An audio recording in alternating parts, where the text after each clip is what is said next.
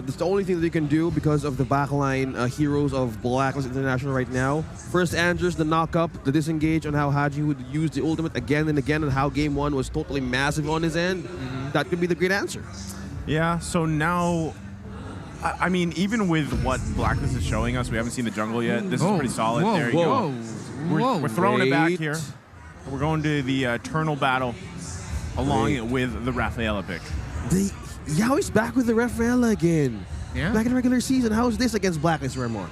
Well, it's going to be based on what the actually is going to be looking at right now. Or, sorry, the jungle. Oh, my goodness. Whoa, whoa, whoa. What is up with the fix? Look at Wise, he's laughing. Jungle. He's smiling. He's just smiling about it. Is this serious? And is this going to be a Guinevere tank jungle? No. And then, so... Can confirm Blacklist has been practicing some stuff, right? And they decide to show a little bit of it. I'm sure there's more. There is more. Wait. A Guinevere. Why is Oh, okay. A Guinevere. On to Wise. There's someone out there, by the way. I don't know if he's listening. Rayash. Shout out to Rayash. That has been saying how much he loves tank Guinevere. That was the X in the jungle. I thought he plays XP. I think both. We will know. Let's see if this is going to be a Guinevere tank jungle. Oh my gosh. Well, okay. Again, the season of surprises, everyone. We're opening possibilities because last time Wise used also Johnson. But right now, there's a lot of surprises happening right now. We're about to find out in game number 2 what's it going to be for the jungle for Blacklist International. Could be the S-Man, but it looks like it's going to be the Guinevere, right? What will it be? Yeah, it's the Guinevere. A Guinevere jungle. Tank jungle. Not only that, but it also has Echo taking 3 purifies. And that forced them to pick up the purifies. The crowd control that they have. This is the lineup for Blacklist International that can scale quickly. Echo will need time. Blacklist can scale quickly because they've taken the core idea that Echo played earlier in game number 1, which is they front-loaded their main rotational 3, the mid lane, the roamer, and the jungler with magic damage. Well, seems like now in early game, we have Yaoi back on the ref for Ella. Well, this answers out early game rotation and also the healing. There's no surprise that there's going to be ganks from Echo on what we saw in game number 1 to actually utilize on how to aid the lanes. Man, you know, I just have to say about the Guinevere. She has one of the most beautiful ultimate names. Still one of my favorites, Violet Requiem. I haven't called that in ages. Let's see how that's going to work, though. Missing those knockups, and in terms of the knockups, you only really have one main source. That is the Guinevere. So it'll be the spatial migration like that that will really help set things up for Wise himself. Wow, this is just something new for MPL season. I would expect Guinevere to show up. And they're just going to do wonders if they execute this properly. Well, again, I think this is just a crucial thing to have is, you know, these kind of niche or pocket picks, surprise picks, it really can throw off a team, you know, that doesn't expect these things. And a lot of times people have been saying, hey, man, Blacklist International, you're still playing the old meta. Some of your picks, you know, you need to change it. Well, Game 1, Game 2, they've changed it. So hopefully the fans out there are happy about it. They're seeing some changes here, some variety. But again, Carl TZ just going to go ahead and take this first turtle of the game. It will be relatively free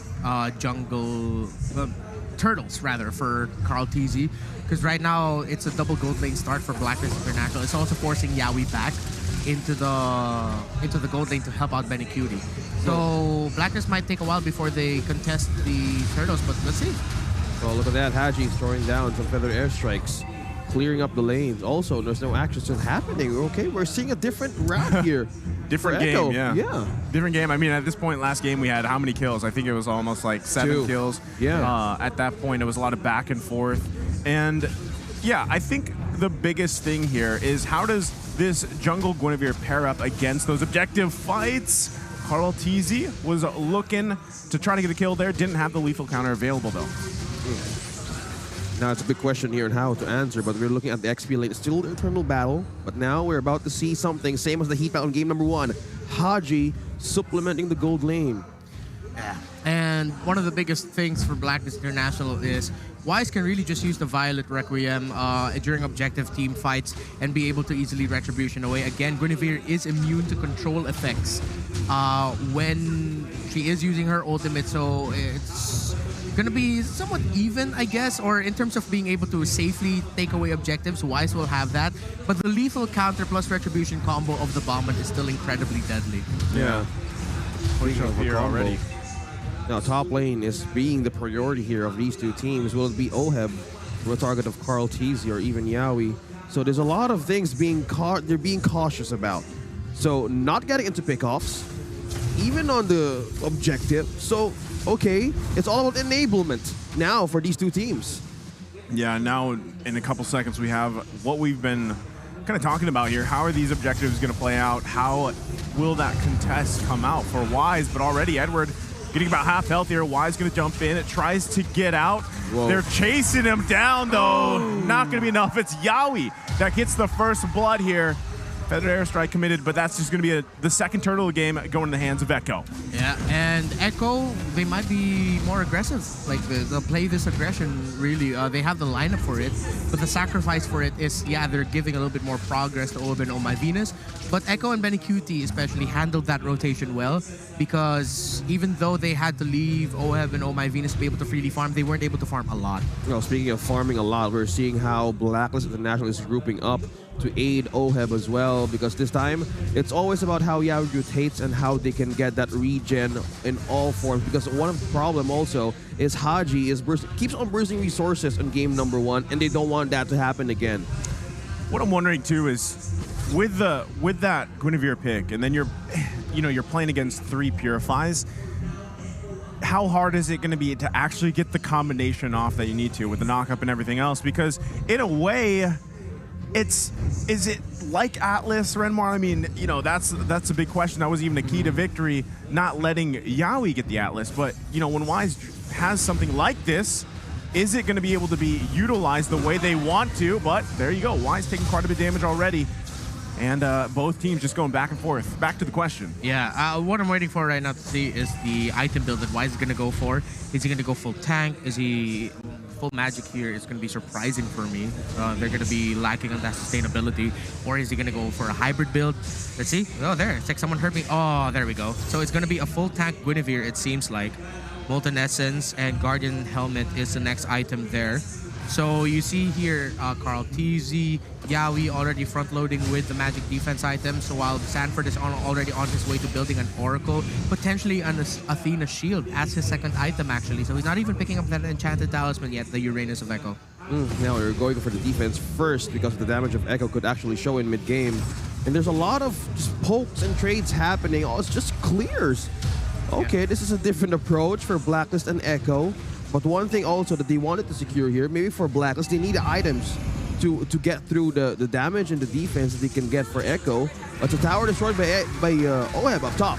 Yeah, and Carl TZ also just picking up that Athena shield. Here we go. There it is, the knockup. Who's going to secure it? And it's Wise that gets the turtle.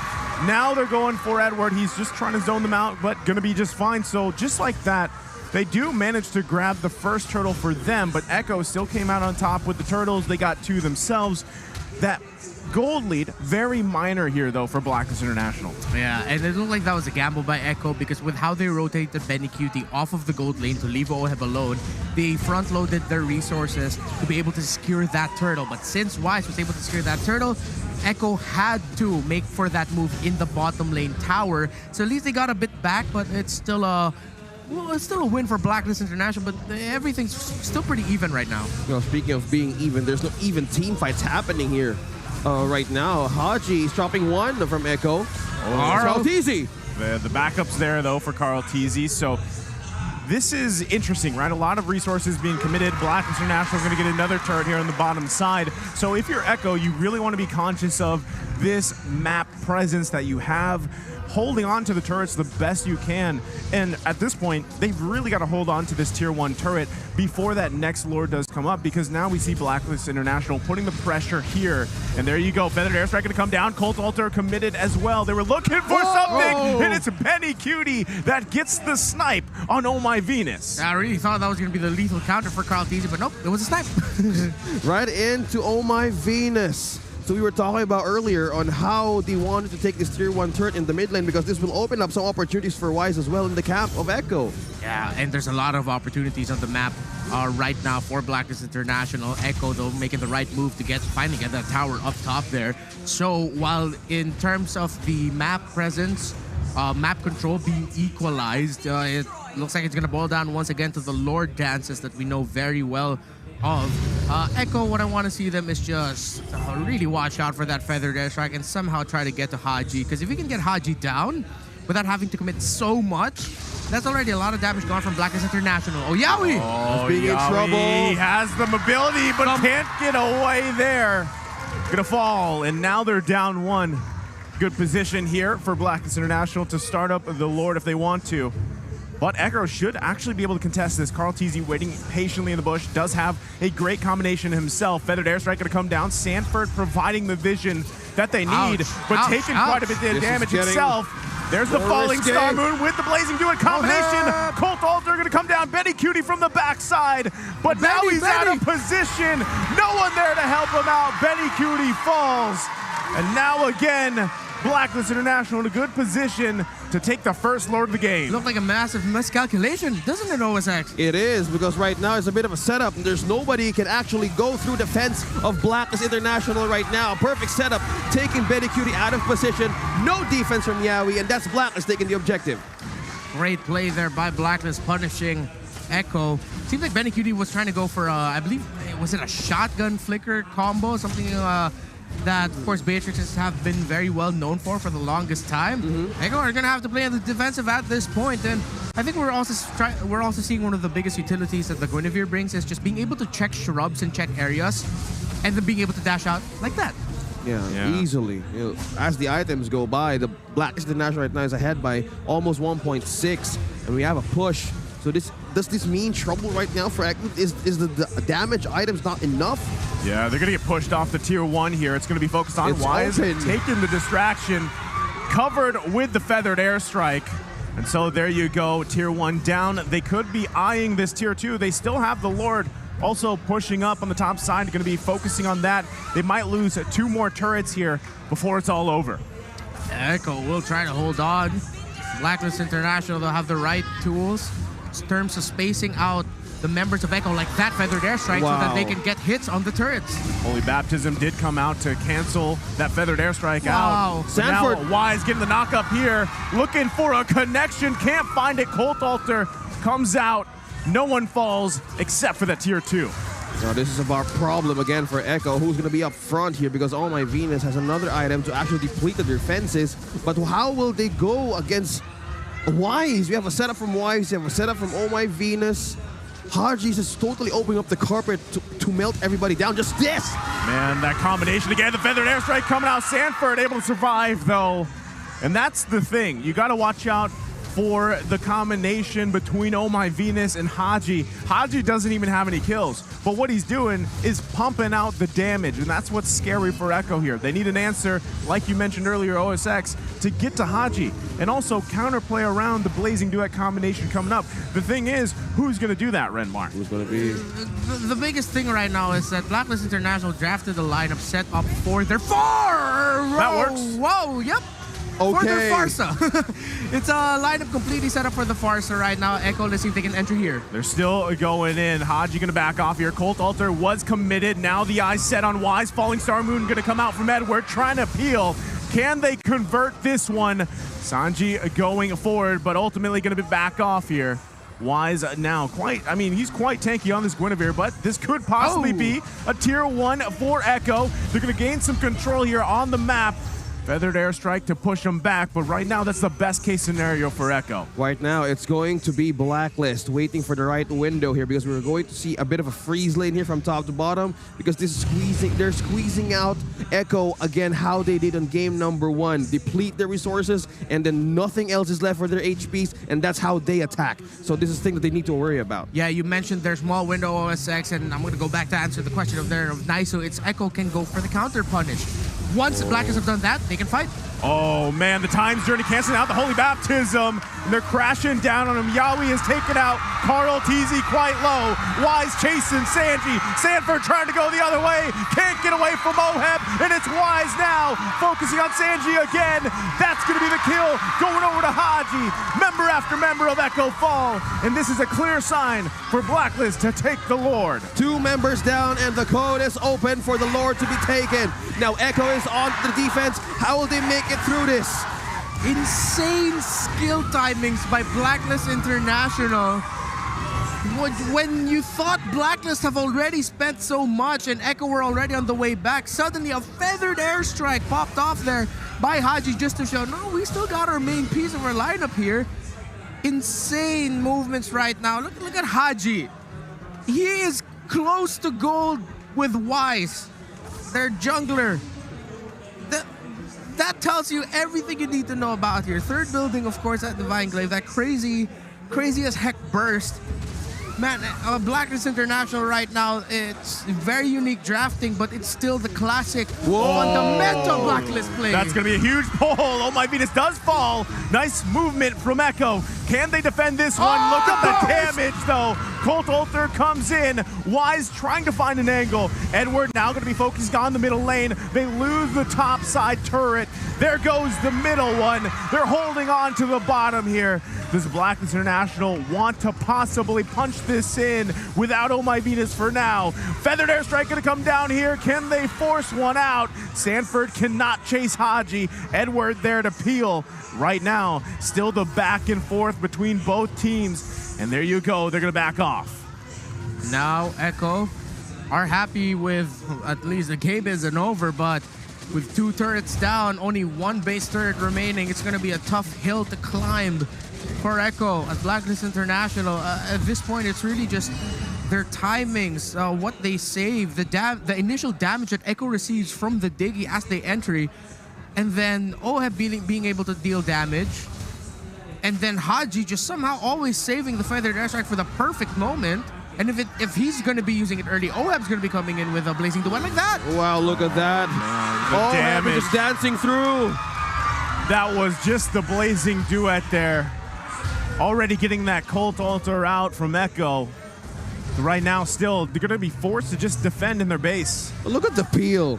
Just by Oheb, putting Echo back to the base to defend. Who do you target here in Blacklist International? You can't target Oheb. You can't target Oh My Venus. Who do you take out of this equation right now? Anyone you can get at this point. Haji, of course, is the target you want to get, but the Time's Journey setup for the Farsa, Haji doesn't even need to worry about getting interrupted because the Time's Journey is always just there. Yeah, it's such a compact formation. It boils back to how, of course, we found out or we learned more about the Ube playstyle often in Season 7. That's when we really coined that term. I believe it was Wolf actually who brought up Ube first. And one of the picks that arose because of the Ube to counter it was the glue. But in the scenario right now, glue in the meta is maybe there will be a way for it to go back. And yeah, I'm talking about glue because as we see right now, Echo don't have the pieces just yet.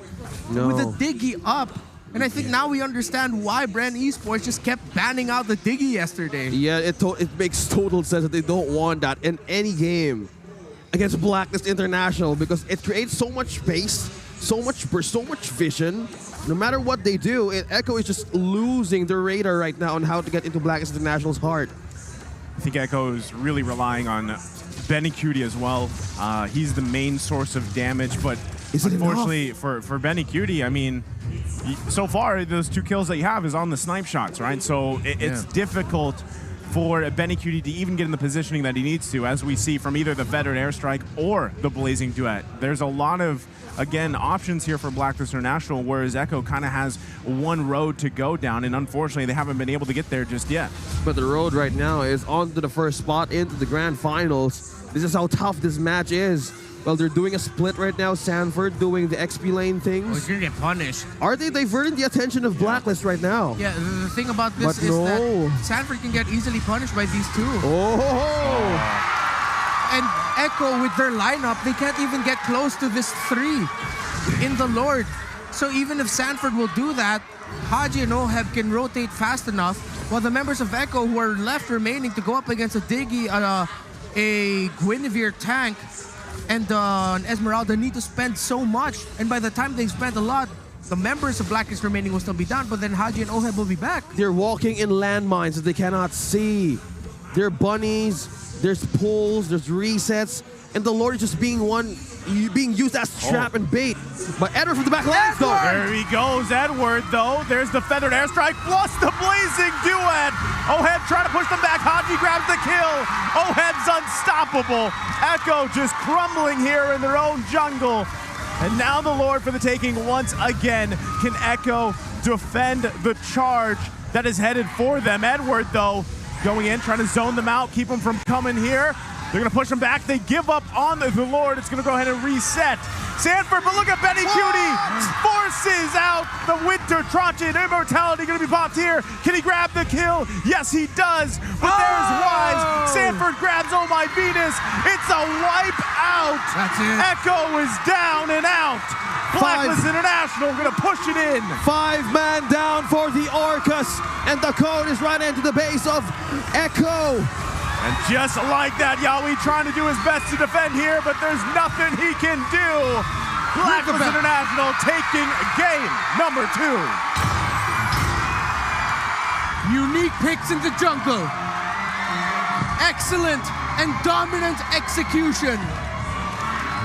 This is the Blacklist we know. This is the Blacklist that won the World Championship. And this is now the Blacklist, 1 game away